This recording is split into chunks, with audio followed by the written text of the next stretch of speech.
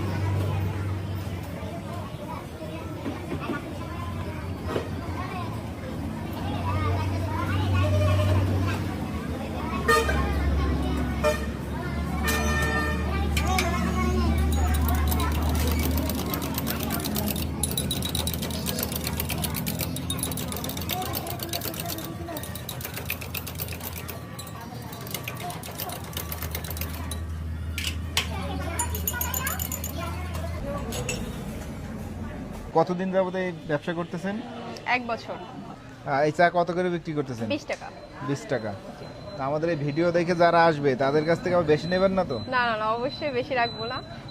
যদি কেউ এসে বলে অবশ্যই তাদের আরো ভালো দেওয়ার চেষ্টা করব। মানে আমাদের চাটা তো অবশ্যই ভালো।